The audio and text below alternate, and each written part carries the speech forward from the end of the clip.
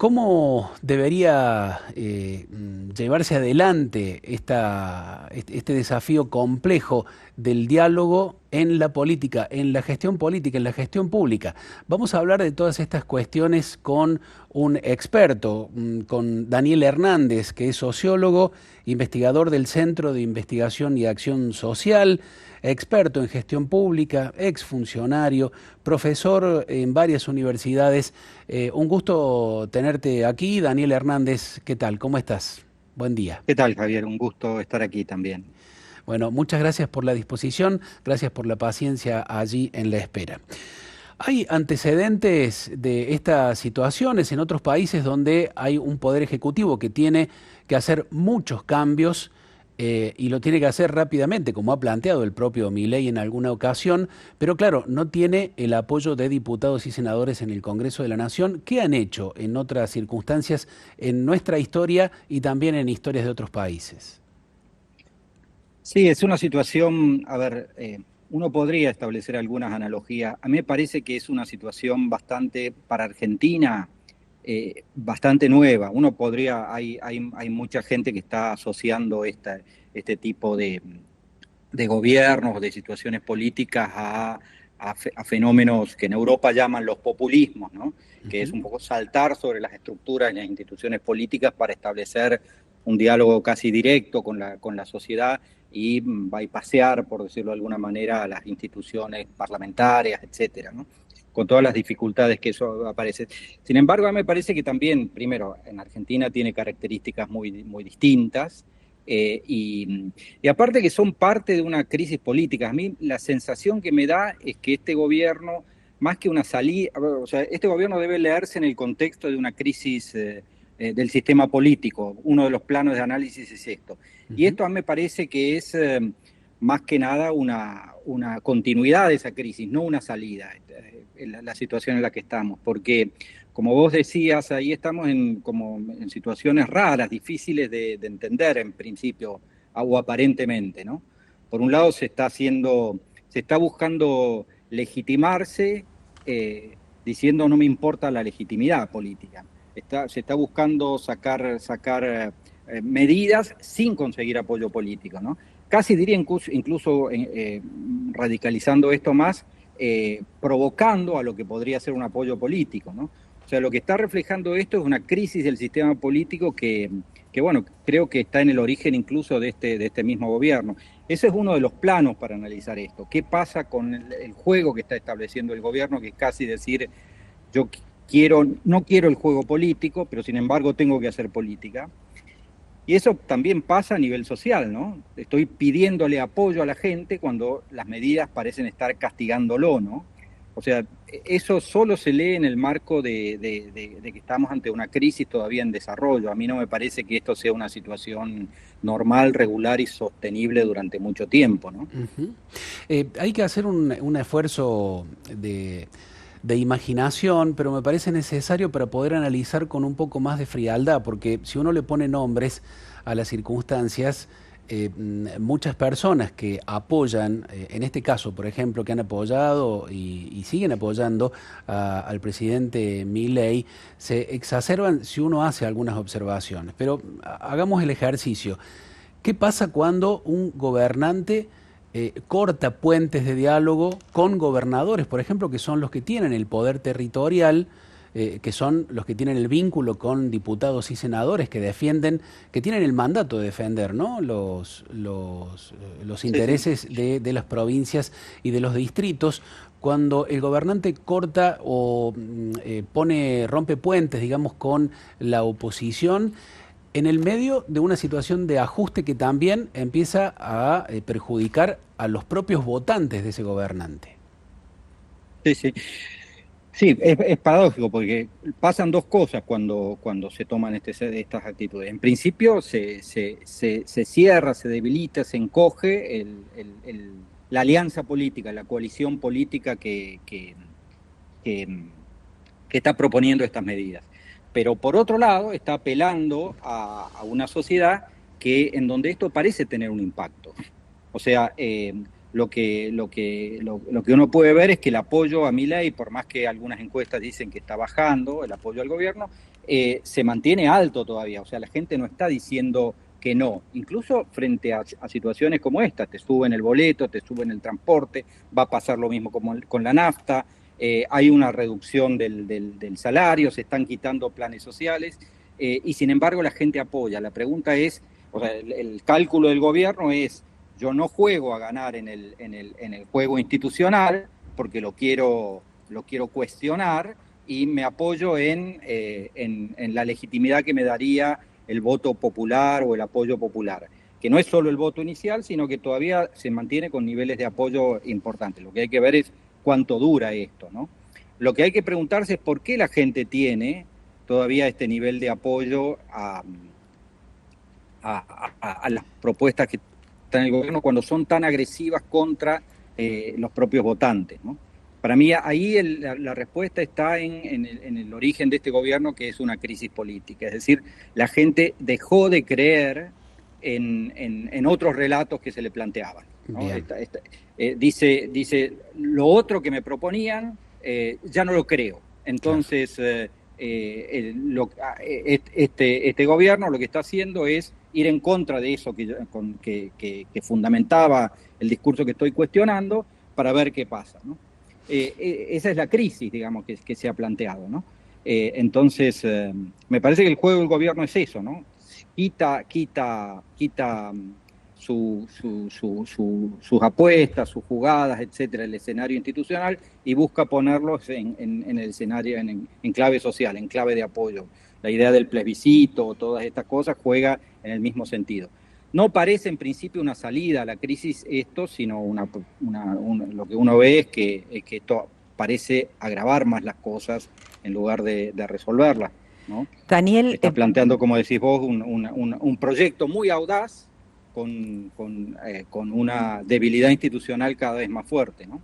Daniel Hernández, buen día. Cecilia lo saluda. Bueno, escuchando atentamente a todo lo que venís diciendo, que realmente cuánta falta nos hace esclarecer un poquito en estos días de incertidumbre, de no saber si el aumento del boleto realmente se va a dar o no. Y bueno, escuchando que a veces se habla de estos mecanismos que tienen que ver con la democracia, ¿no? Como es la consulta popular, el referéndum, el plebiscito que podría utilizarse, instrumentos que para el Poder Ejecutivo, que en este momento está un poco aislado, ¿se podría utilizar dentro de lo que es la democracia para salir adelante con las leyes?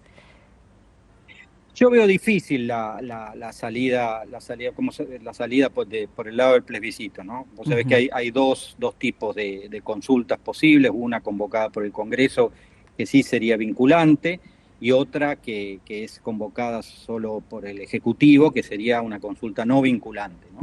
A mí me parece que una jugada como esa es de mucho riesgo institucional. No sé, en principio no le veo, pero esos son cálculos personales míos, mucha viabilidad.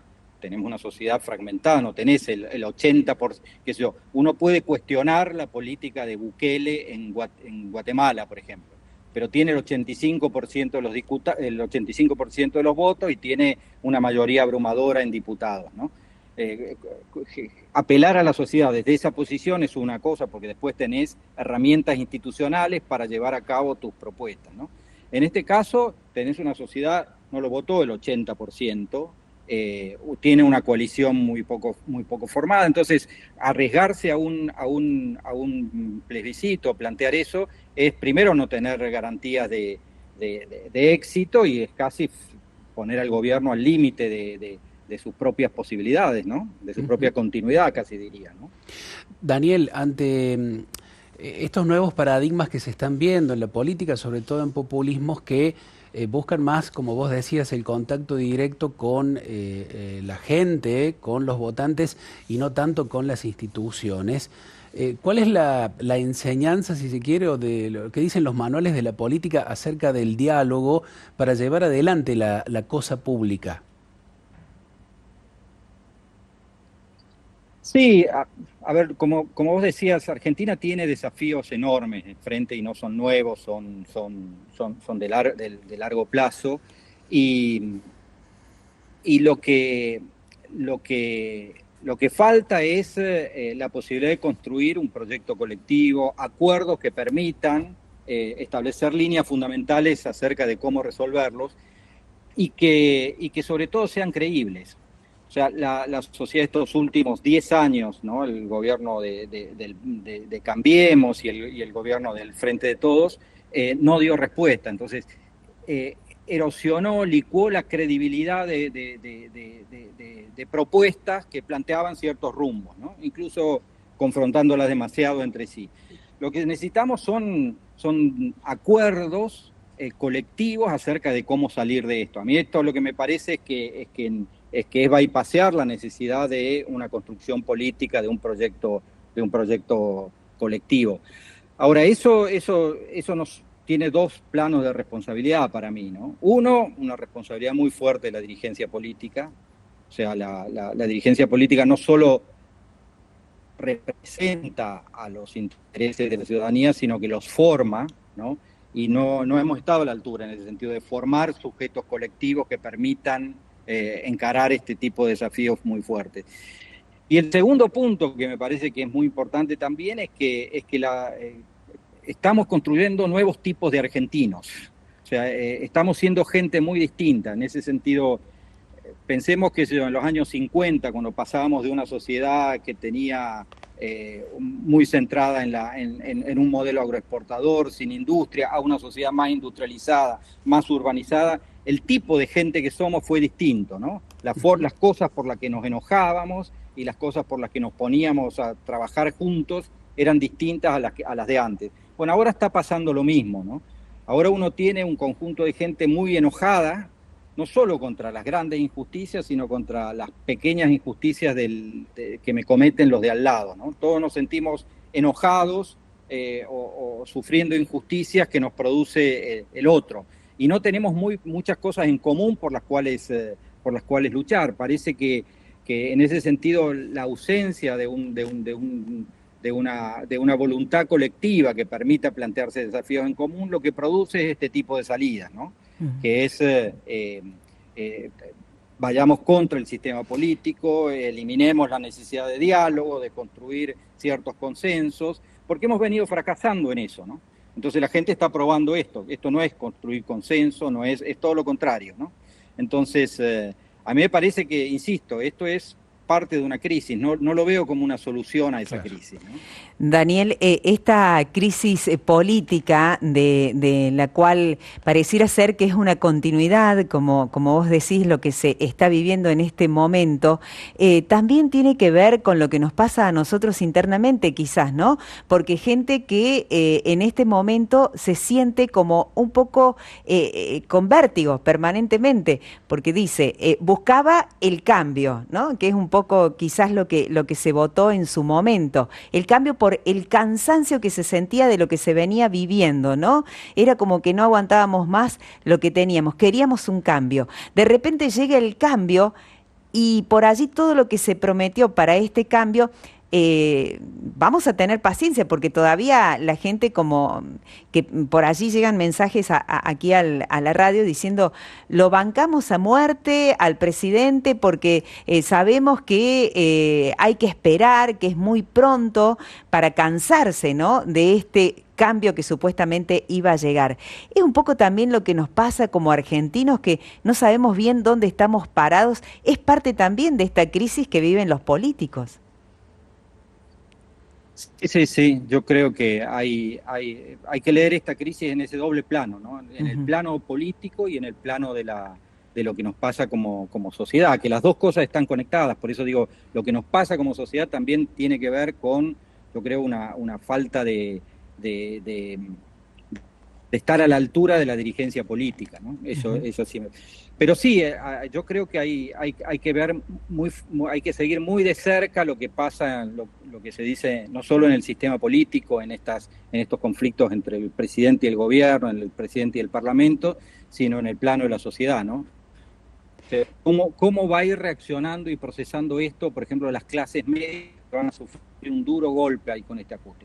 Ahora dicen, muchos dicen, yo acepto el golpe porque sé que va a venir algo distinto. Claro. Bueno, eso cuánto dura, ¿no? Cuánto se sostiene, cuánto se instala esa esa incertidumbre y empieza a achicarse el futuro y empieza uno no a poder planificar la vida, no poder creer en el futuro de los hijos, de lo que uno cría, bueno, empieza a plantearse ahí una serie de cuestiones que pueden erosionar, digamos, este recurso a la legitimidad directa con el pueblo.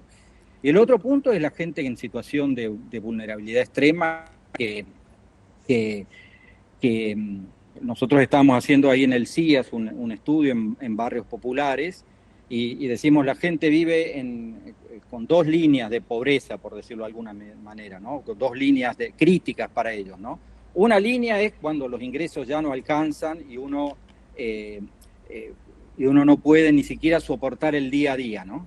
Lo que veíamos hasta ahora es que con un trabajo, aunque sea precario y mal pago, más sumando la asignación por hijo, más la contribución de planes como el potenciar trabajo, más el trabajo de los comunitarios, formando una canasta de ingresos con los que las familias podían mantenerse arriba de la línea de subsistencia, la línea de viabilidad de su propia subsistencia, de su propia cotidianeidad. Esa es una línea que con las medidas que se están tomando, eso puede empezar a situar a gente muy abajo de esa línea y eso es un problema. Que puede derivar en situaciones que no sabemos. Yo creo que el tema de la violencia que esto puede despertar es algo por lo que hay que preocuparse, ¿no? Y lo otro es una línea que no tiene que ver con la subsistencia, sino con el horizonte. Se nos achica el horizonte. Cuando yo no sé si mi hijo va a poder vivir una vida más o menos valiosa, porque no lo logré darle la educación necesaria, porque aunque se la dé, no hay trabajo, o porque las ofertas vinculadas a la vida, a la vida más al margen de la ley, a la droga, al narcotráfico, etcétera, son salidas más fáciles y que por lo menos prometen una recompensa, aunque sea inmediata, el día a día, aunque me juegue la vida o la muerte, digamos, en torno a eso. Cuando el horizonte se vuelve tan problemático, también tenemos reacciones sociales que hay que ver cómo se procesan, ¿no?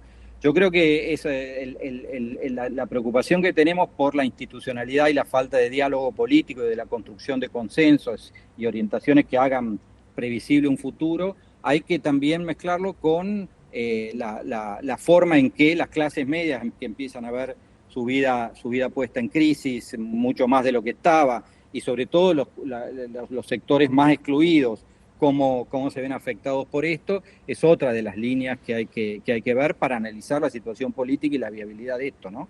Sobre todo, cuando te decía, si lo que haces es bypassear el plano institucional para tratar de buscar una legitimidad política directa, bueno, esa legitimidad política en este contexto es como... hay que sostenerla y hay que cuestionarla, ¿no? Hay que ver cómo se da, ¿no? Daniel, clarísimos los conceptos. Vamos a estar atentos a este estudio que me decís que están haciendo ahí en el CIAS, en el Centro de Investigación y Acción Social. Y te dejo la propuesta para más adelante, cuando vos puedas, por supuesto, dedicar el programa para que nos cuentes cómo es un poco la historia allí del CIAS, lo que están haciendo sobre todo ahora con la formación de jóvenes dirigentes políticos, que me parece que eso habla también de una necesidad del presente, pero sobre todo también una necesidad del futuro que tiene nuestra patria, ¿eh? Te agradecemos muchísimo este contacto con Radio María Argentina TV. Gracias a vos, Javier.